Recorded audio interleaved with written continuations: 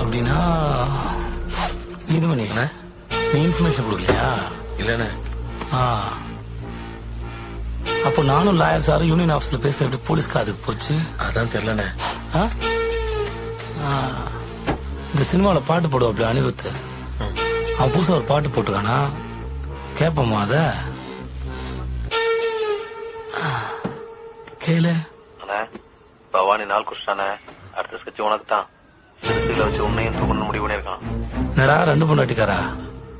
ஏதாவது உன் குரலா இல்ல உனக்குள்ள அவனை மிமிக்ரி பண்ணிட்டானா? பசங்களுக்கு எல்லாம் கரெக்டா போதில்லன்னு பாத்துக்கோ. 3 வேளையும் சாப்பாடு போதோ இல்லையோ, சரக்கு டோப்பு எல்லாம் நிக்காம போகணும். சரி பவனி,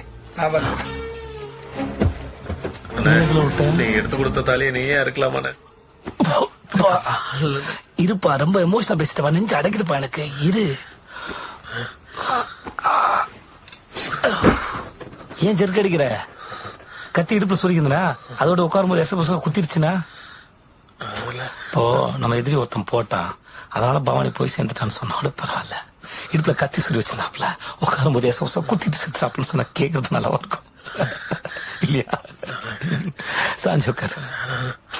நான் மரியாதையா அதான் போன்ல பேசும்போது ஆமா பண்றது, நேர்ல அண்ணன் ஒண்ணுன்ட்டு என்னது இது? சாஞ்சு உட்கார். அண்ணனோட கடைசி ஆசை எனக்காக செய்ய மாட்டேன்.